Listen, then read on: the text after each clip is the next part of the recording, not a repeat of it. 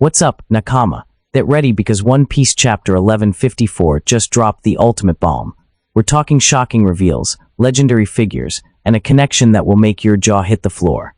You absolutely cannot miss this breakdown. Rocks D. Xebec has officially been revealed. You won't believe who this legendary combatant really is. Are you guys hyped enough from that spoiler?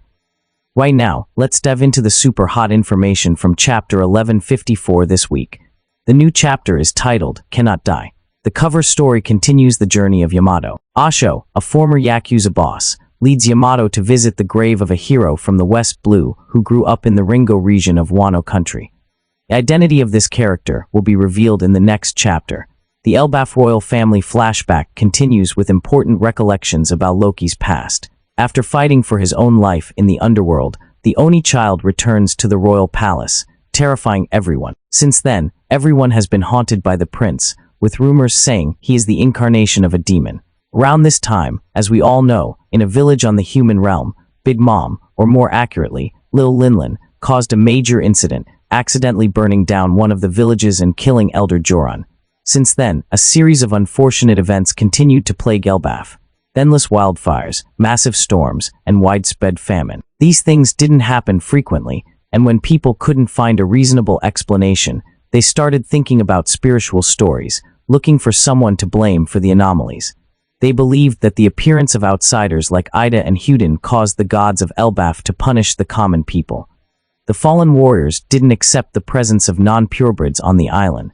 So, the villagers tried to drive Ida and her child off the island. It turns out that everywhere there are rude people who discriminate based on race and skin color. Even in a great place like Elbaf, there are no forbidden zones or exceptions. Fortunately, King Heron returned in time to protect his wife and child. Heron didn't know how much pain Loki had endured in his absence because even his mother, Estet, was a prince. Both of their fates were treated terribly. To solve the continuous problems in Elbaf, Heron brought back many meteorologists and people knowledgeable in technology from outside nations to help Elbaf through the crisis. Thanks to the king's decisiveness, the island nation gradually began to approach human civilization. They learned how to cope with natural disasters, and the villagers' progress became evident. Indeed, a great credit goes to Heron, who gradually modernized the primitive island to keep pace with the outside world. Since then, the relationship between the Elbaf tribe and allied nations grew closer. The king's policy of interaction was fully supported by the people. However, an unfortunate event occurred that Heron couldn't change. Queen Estet passed away due to a severe illness. The fact that Loki was still alive caused her to lose sleep and appetite, exhausting her strength and leading to a tragic end. But from the moment she personally abandoned that ill-fated child, her fate was sealed, wasn't it, guys? In her last moments, Estet didn't even get to see Heron one last time. This was their biggest regret. As for Ida, who should have been the legitimate consort, she couldn't enter the royal palace. Even though Elbaf was stable, racial discrimination ever disappeared. From the human realm, Ida was ostracized down to the underworld, a place where hardly anyone visited except for seafarers who accidentally washed up on Elbaf. There, Ida opened a small bar to make a living and found joy in it. Ida never complained or blamed the villagers. She was always innocently optimistic, considering it a blessing to live in Elbaf, even if it was just on the edge of the island. At this time, Loki was only 7 years old. King Heron made an important journey to marry Geoise. He wanted to attend the government's Reverie Summit to elevate Elbaf's status and hoped the government would allow the giant nation to increase its interactions with other countries worldwide. Heron's intentions were good, but the government refused Heron's goodwill, even denying the Elbaf delegation a seat at the Round Table Conference. The king had to return helplessly, but he never gave up hope of global connection. On the day he returned to the kingdom, Heron was told a secret story about the government by Joran. Intelligence reports said that the government had imprisoned some ancient giants and even normal giants in an organization called Galleria, the same name as the shipyard in Water 7. This shows that not only normal people, but also the giant race, have expertise in various types of ships. Could it be that the government feared the giants would create ships like No or Pluton, as in the Void Century, which is why they carried out a campaign to round up all shipwrecks, especially the giant tribe? Indeed, if it were No or Pluton, given their size, only giants could create them. This also shows the high probability that Elbaf still has outstanding shipwrecks. If the Straw Hat Pirates want the Sunny to be upgraded into an invincible, much larger ship after this arc to welcome Loki onto the crew. That's a tough problem, no joke. Furthermore, the government's imprisonment of shipwrecks doesn't rule out the possibility that the government has been forcing them to build massive marine vessels that can travel through the calm belt for decades. These are the battleships the Marines use, with a capacity for tens of thousands of people. Those in charge at Mary Geoise always hoard the best for themselves. The monopoly on seastone production, or even amber, shows this. Back to Loki. After his mother Estette passed away, rumors about Loki's bad luck spread even faster. The prince was entrusted to his aunt, Estette's sister, for care.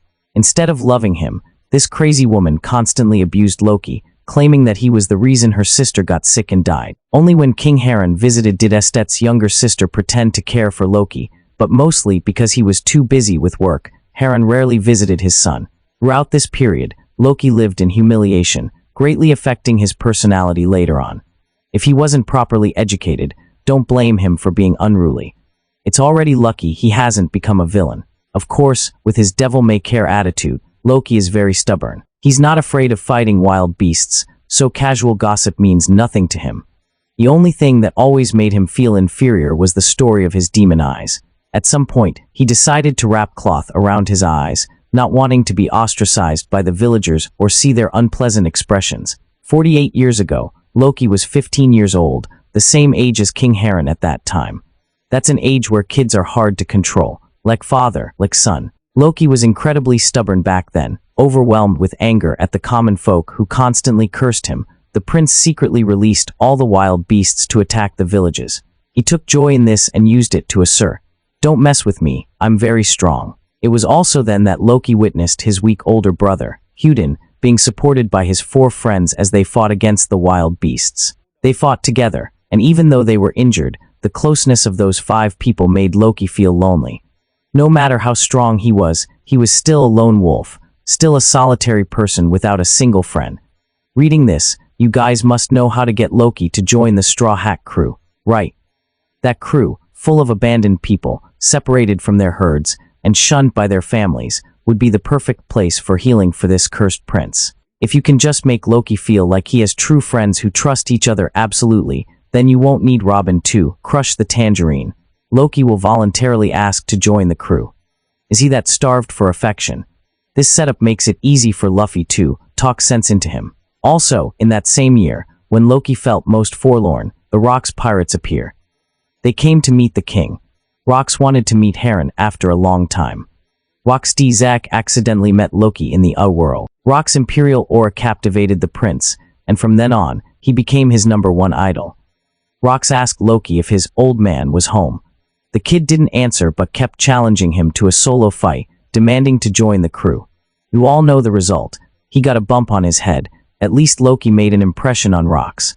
This kid is truly worthy of being Heron's son, quite the trickster. 8 years before Rocks came to Elbaf, which was when Heron requested to attend the reverie but was rejected, they had met in Mary Geoise and quickly became close.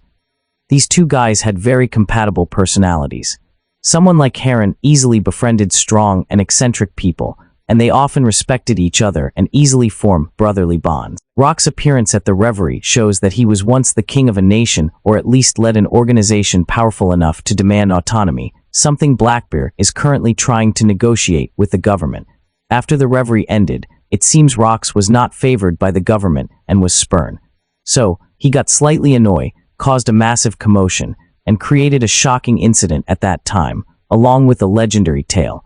Rocks Xebec personally killed a Marine admiral. Yes, you heard that right. For the first time, an admiral is confirmed to have been killed, something no Yonko has ever managed to do. Since then, Rocks became an extremely fiercely hunted criminal. I wonder how terrifying his bounty will be. It's shocking, isn't it, guys?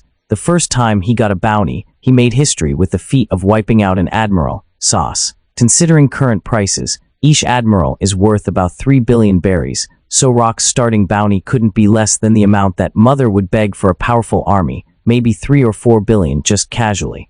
Not to mention, it would have increased significantly until the God Valley incident ended. The admiral who was killed might be the one you've always wondered about, from the same era as Sengoku and Garp. So, we'll have the chance to see the appearance and power of legends from the previous generation. Chapter 1154 officially reveals the true face of Rocks. the one everyone has been waiting for. He is a tall, large man with two different hair colors, a stylish look, and a similar appearance to Blackbeard, Marshall D. Teach, because Rox is none other than the biological father of the Yonko, Blackbeard. Oh my god, I have to exclaim in shock at this earth-shattering spoiler in the middle of the night. It's not like we didn't suspect Blackbeard had a connection to Rox. The most surprising thing is that Oda-sensei didn't hide this plot twist at all. Even Blackbeard's ship is named Saber of Xebec. It's so obvious, but who dared to be sure they were father and son? We just thought Rox was Blackbeard's idol. Oda released so many hints, but only now has the master officially confirmed it. So, in this week's new chapter, we not only get to see Rox's appearance, but also this incredible father-son combo. No wonder Blackbeard resembles the legendary figure so much, from his personality to his way of working, exactly the same, going after devil fruits and recruiting arrogant people into his crew. But wait, does this mean all current Yonko are first-generation, legacy characters? Only Buggy's identity hasn't been revealed yet. I'm starting to suspect Buggy's family lineage a lot now, guys. Could he be a mind-blowing final boss? The clown god couldn't possibly be a rookie. If it's something like Toba from Naruto, I'd pass out. That's all for the spoilers for now. When the full version is out, we'll analyze every detail thoroughly. I'm so looking forward to seeing Rox in this chapter. There will still be a new chapter next week, guys. What do you all think about chapter 1154? The truth is gradually being revealed. It seems the God Valley movie is about to be announced. If you haven't subscribed to the Otaku Wave Hub channel yet, please hit that subscribe button for me. Now, goodbye and see you again. Alright, my fellow pirates and adventurers, that's the wrap-up for this mind-blowing chapter. If this deep dive helped you understand the madness of 1154, make sure to smash that like button and hit subscribe. It really helps the channel grow, and we've got so much more One Piece content coming your way. Ring that notification bell so you don't miss a single update. Thanks for watching, and I'll catch you in the next one.